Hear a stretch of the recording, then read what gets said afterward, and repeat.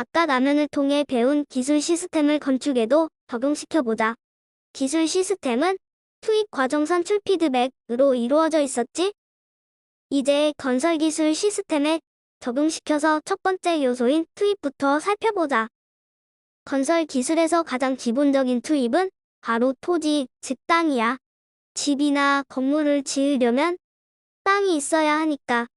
그리고 건물을 짓기 위해서는 자본, 대지 비용, 인건비, 장비 대여료, 그리고 재료비도 필요할 거야. 재료는 흙, 콘크리트, 철근 같은 것들이 있고 이 모든 걸 다루는 사람들도 꼭 필요한 거. 맞지? 맞아. 그리고 중요한 역할을 할 4명의 사람이 있어.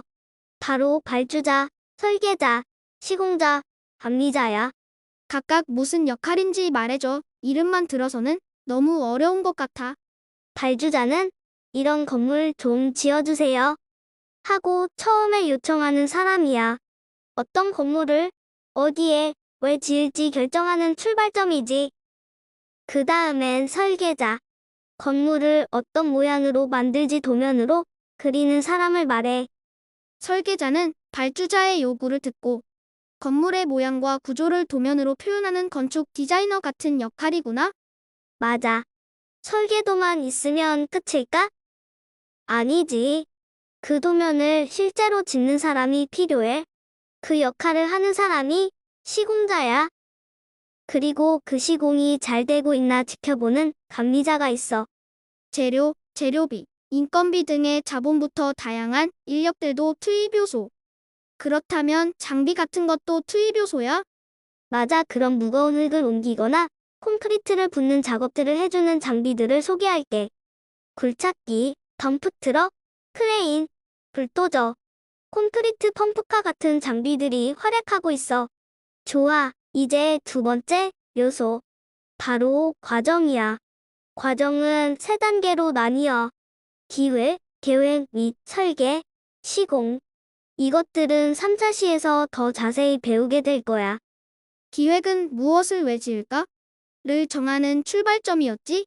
발주자가 건물의 목적, 위치, 용도 등을 정하는 것부터 시작이겠네.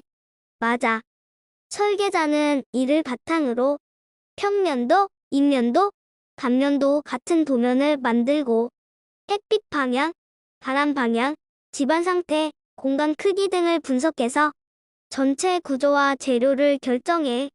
그 다음은 시공. 설계한 대로 진짜 건물을 짓는 과정이었지? 이 과정에서 아까 투입에서 필요했던 건설 장비들이 열심히 일하겠다. 이 장비들을 작동시키는 능력자는 투입 요소인 건 안 비밀. 정답. 설계자와 감리자가 계속 점검하면서 건물을 안전하게 완성시키는 단계가 바로 시공이야. 우리 정말 잘 배우고 있는 것 같은데?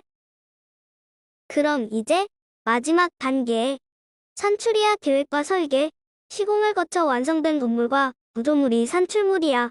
근데 혹시 문제가 생기면 어떻게 해? 그럴 때 필요한 게 피드백. 문제를 고치고 다음 건설에 활용하는 과정이지. 안전사고가 났다면 다시는 그 사고가 다시 나지 않도록 안전에 더 유의하고 건축 안전에 대한 법을 정비해. 또 건물의 유지, 보수할 사항이 생길 때는 항상 전문가의 도움을 받아서 안전하게 투입과 과정을 되돌아보아야 해. 그래서 피드백, 영어로 피드백, 한국어로 대목임이라고 하는 거야. 정말 중요한 단계지? 사실 건축 기술의 발달엔 항상 피드백이 따라와. 피드백을 하면서 건설 기술도 발달할 수 있었어. 건설 기술의 발달은 역사와 함께 변해온 것 같아. 또 생활과 피드백, 기술의 발달을 통해 사람들이 사용하는 재료와 건축 기법도 달라져서 오늘날에 이르게 된 거지? 과거의 생활은 어땠는지, 어떻게 발달했는지 궁금해. 알려줘. 가장 처음엔 사람들이 동굴에 살았어. 역사 시간의 구석기, 신석기 시대 기억나? 농사 이전에는 자연이 만들어준 공간에서 지냈던 거지. 왜 동굴에서 살았을까? 어흥하는 위험한 동물로부터 보호도 받을 수 있고 비도 피할 수 있으니까 동굴에 살며 이동했을 것 같아. 그러다가 농사가 시작되면서 농작물 수확도 해야 하니까 그때부터 일정한 위치에 일정 기간 머물러야 할 필요성을 느꼈겠지? 맞아.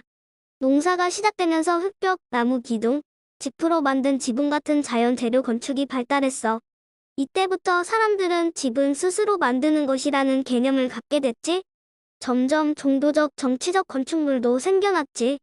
피라미드는 어떻게 지었을지 신기하지 않아?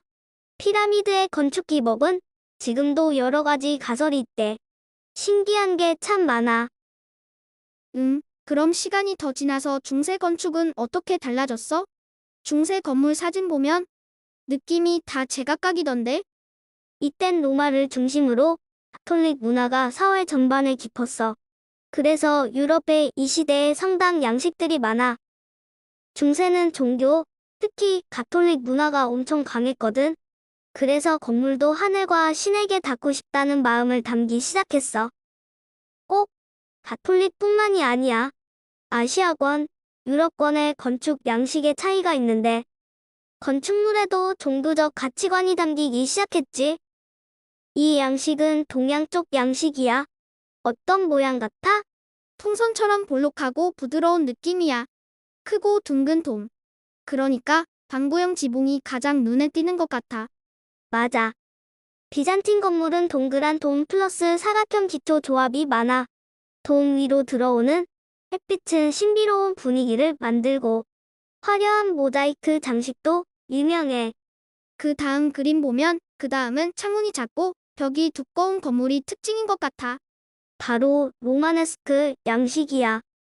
이 시기는 안정이 중요했기 때문에 벽은 두꺼워 든든해 보이고 창문은 작고 둥글게 처리했어. 로마네스크 건물은 멀리서 보면 마치 돌로 만든 요새 같지 않아? 둥근 아치, 즉 원창문 모양도 주요 특징이야. 그럼 세모 같은 뾰족한 탑은 뭐야? 저런 형식은 어떤 걸 의미해? 고딕 양식의 대표 특징은 하늘을 찌를 듯한 첨탑, 위로 길게 늘어난 뾰족 아치, 그리고 스테인드 글라스 창문. 햇빛이 유리창을 통해 알록달록 들어오면 사람들이 신이 우리를 비춘다고 생각했대. 그럼 그 다음 시대는 근대 시대면 산업혁명이 있던 시대잖아. 근대에는 왜 갑자기 더 높은 건물이 많아졌어? 그건 바로 산업혁명 덕분이야. 새로운 재료가 등장했거든. 대표적으로 철근과 콘크리트가 있어. 철근은 철로 만든 막대기이고 콘크리트 속에 넣어서 뼈대 역할을 해. 콘크리트는 돌가루 플러스 물 플러스 모래 플러스 자갈의 혼합 재료야. 굳으면 바위처럼 딱딱해지는 특징이 있어. 철근 플러스 콘크리트 조합은 무겁고 높은 건물을 튼튼하게 지탱할 수 있었겠다. 그럼 아파트 같은 것도 이때 등장한 거야? 맞아.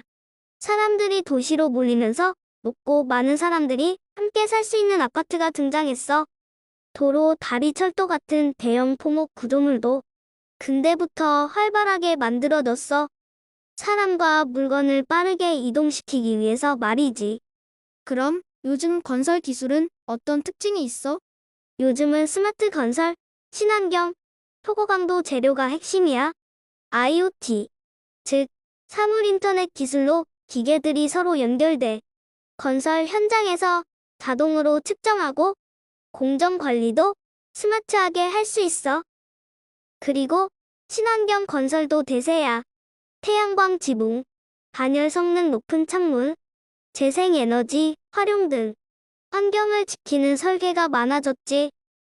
더 튼튼한 철근, 더 가벼운 철골, 내진 설계 기술이 발달해서 초고층 빌딩도 안전하게 만들 수 있게 되었어. 추야. 그럼 미래의 집은 도대체 어떤 모습일까? 지금도 높은 건물, 스마트 건설이 있는데 미래는 더 엄청날 것 같아.